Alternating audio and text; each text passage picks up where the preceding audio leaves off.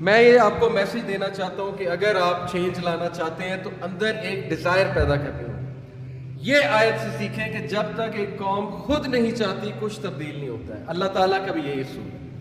اور علامہ اقبال کا شعر یاد رکھیں کہ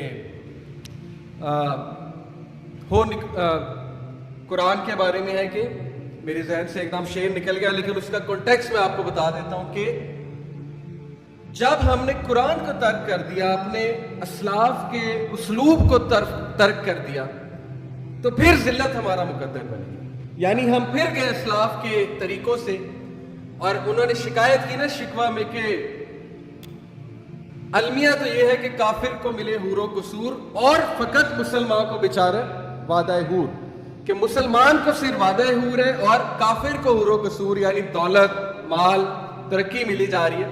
تو پھر خود ہی اس کا جواب دیا جواب شکوہ میں کہ جب کفار مسلمانوں کے طور طریقے اڈاپٹ کر لیں تو حور و قصور انہی کو ملتی ہے۔ آج دیکھیں، میں آپ کو پوری ذمہ داری سے مثال دے رہا ہوں، میں نے ایز انجینئر یو اے ای میں آئل اینڈ گیس فیلڈ میں کام کیا ہے۔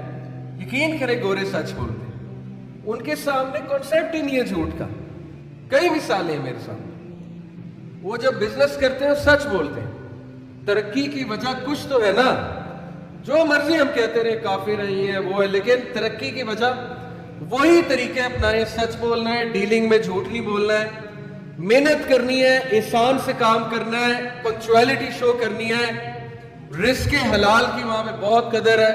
یہ ساری چیزوں کی ایسے ایک قوم عروج پہ آ جاتی ہے، اللہ کا نظام ہے۔ تو پاکستان میں دیکھ رہا ہوں انشاءاللہ تعالیٰ تبدیلی کی لہریں ہیں، اور آپ لوگوں کی وجہ سے انشاءاللہ ینگسٹرز کی وجہ سے آئیں گی، جو کہ 62% اس ملک کا حصہ ہے۔ 62% ینگسٹرز ہیں، اتنے کسی کنٹری میں یقین کریں، میں سٹیٹسٹکس اٹھا کے دیکھ لیں، اتنے ینگسٹرز کہیں نہیں، 62% پوری دنیا میں۔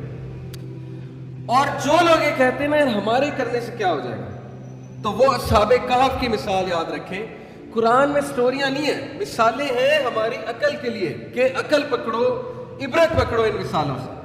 اصحاب کہف کی سٹوری پڑھیں، سورہ کہف چیپٹر نمبر 18، سورہ نمبر 18 ہے، پارہ نمبر 14 اور 15 میں ہے سورہ کہف۔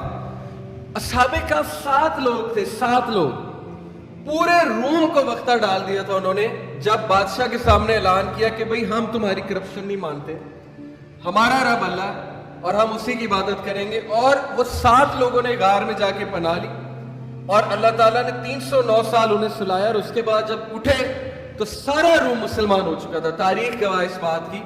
کیا اللہ تعالیٰ میسج دے رہا ہے کہ جب نوجوان تحریک پکڑتے ہیں تو معجزات ہوتے ہیں، جب نوجوان تحریک پکڑتا ہے تو معجزات ہوتے ہیں، اور معجزہ ہوا۔ وہ یہ سمجھتے ہیں کہ یار 7 لوگوں کی وجہ سے کیا ہوگا، کیسے چینج آئے گی، 7 لوگوں کی وجہ سے پورا روم مسلمان ہوگا۔ تو میں آپ کو بتا رہا ہوں ایک آنیسٹ پولیس افسر کی وجہ سے پورا ادارہ چینج ہو سکتا ہے۔ یہ میرا بلیف ہے، اور یہ آپ کا بھی بلیف ہونا چاہیے۔ ایک موسیٰ تھا، ایک موسیٰ علیہ السلام، اور انہوں نے کہا مجھے اللہ ایک ساتھی دے دے، کوئی پیسے نہیں مانگے، کوئی ریسورسز نہیں مانگی، کہا کہ مجھے ہارون دے دے میرا بھائی۔ وہ پوری دعا نا، رب اشرح لی صدری ویسر لی امری واحلل عقدۃ من لسانی یفقہوا قولی واجعل لی وزیرا من اہلی ہارون اخی۔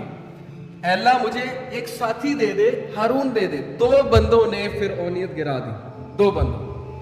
تو یہ مثالیں ہمارے لیے ہیں کہ جب اللہ ساتھ ہے تو پھر سب کچھ ساتھ ہے۔ سیرت کیا بتاتی ہے ہم سیرت پڑھتے ہیں، آپ سب پڑھتے ہیں ماشاءاللہ۔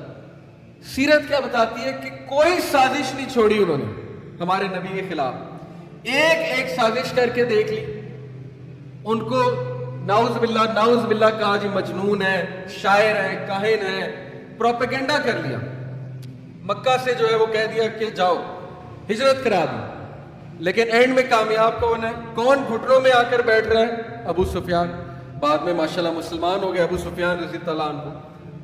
کیا مثال ہے کہ جب اللہ تمہاری سائیڈ پہ ہے نا تو پھر دنیا کی سب سے طاقتور پاور تمہارے ساتھ ہے، پھر چھوڑ دو ٹینشن۔ اور یہاں میں ابن تیمیہ کا ایک کال آپ سب کو سنانا چاہوں گا جو مجھے بہت اسٹرینتھ دیتا ہے۔ جب بھی کوئی مشکل آتی ہے مجھ پہ، کوئی فائنینشیل لاس آتا ہے، انسان کو مالی نقصان ہو جاتا ہے، زندگی میں بیماری آ جاتی ہے، کوئی گھریلو پریشانی آ جاتی ہے، کوئی دشمن آ جاتا ہے، بہت کچھ آئے گا. لیکن ان کا ایک کال مجھے بڑی اسٹرینتھ دیتا ہے. انہوں نے کہا what can my enemies do to me, میرے دشمن میرا کیا بگاڑ سکتے ہیں.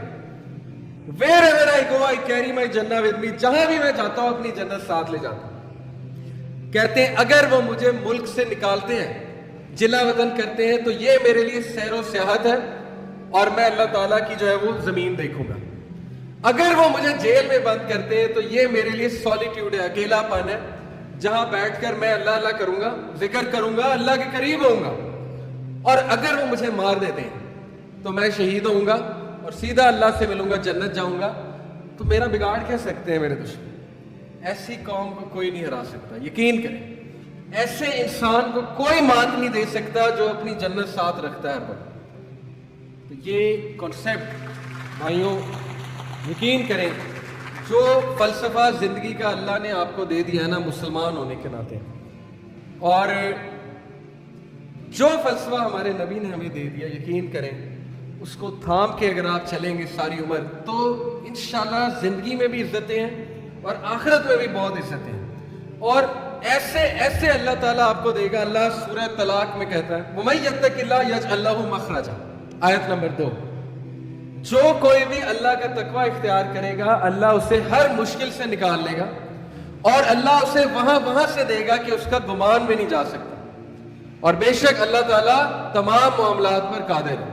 یہ سورہ طلاق میں وعدہ ہے اللہ کا کہ جو اللہ کا ڈر اختیار کرے گا, صرف اللہ سے ڈرنا ہے اور کسی سے نہیں.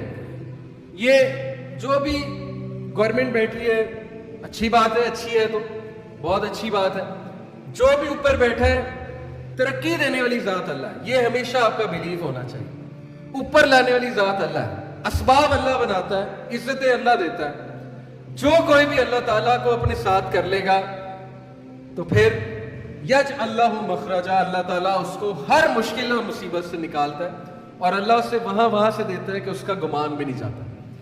بڑے واقعات ہیں کہ جنہوں نے اللہ پہ توکل کیا تو ان کی تقدیر ہی بدل دی اللہ نے, ان کے حالات ہی بدل دی اللہ نے, کیونکہ اللہ کو بہت پسند ہے کہ اللہ تعالیٰ پہ توکل کیا جائے.